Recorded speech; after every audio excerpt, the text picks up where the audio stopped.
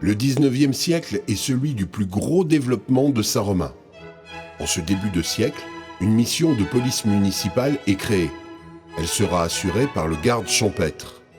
La commune connaîtra son pic démographique en 1831, avec environ 1500 habitants. En 1839, création par le maire du bureau de bienfaisance, l'ancêtre d'un centre communal d'action sociale. En 1858, la maison de charité, sorte de dispensaire au profit des pauvres de la commune, voit le jour. Il sera géré par les sœurs de Saint François d'Assise.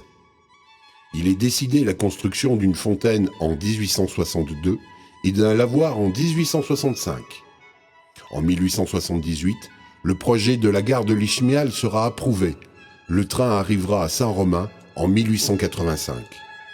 En 1892, le premier bureau de poste de Saint-Romain ouvrira. Mais c'est surtout dans le domaine des écoles qu'on voit d'énormes changements tout au long de ce siècle. Dans les années 1800, la préfecture demande à la commune de construire une école communale. Mais tu m'as dit que l'école communale ne datait que de 1968. Et c'est vrai pour celle que tu connais à Lichemial. En fait, en 1800, la commune, trop pauvre, n'a pas pu construire l'école. C'est le citoyen Gabriel Chenet qui fut le premier instituteur de notre village. Il faisait la classe chez lui et remplissait aussi les fonctions de secrétaire de mairie. Et pour tout te dire, l'histoire de cette école communale a été pleine de rebondissements. Après un premier projet, en 1845, qui vit une école publique de garçons sur la commune, la demande de construction de l'école de Lichemial fut faite en 1902.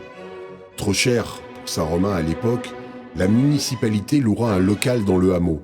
C'est la première école de Lichemial. Il faudra attendre 66 ans pour que toutes les petites écoles du bourg et des différents hameaux soient remplacées par celles d'aujourd'hui.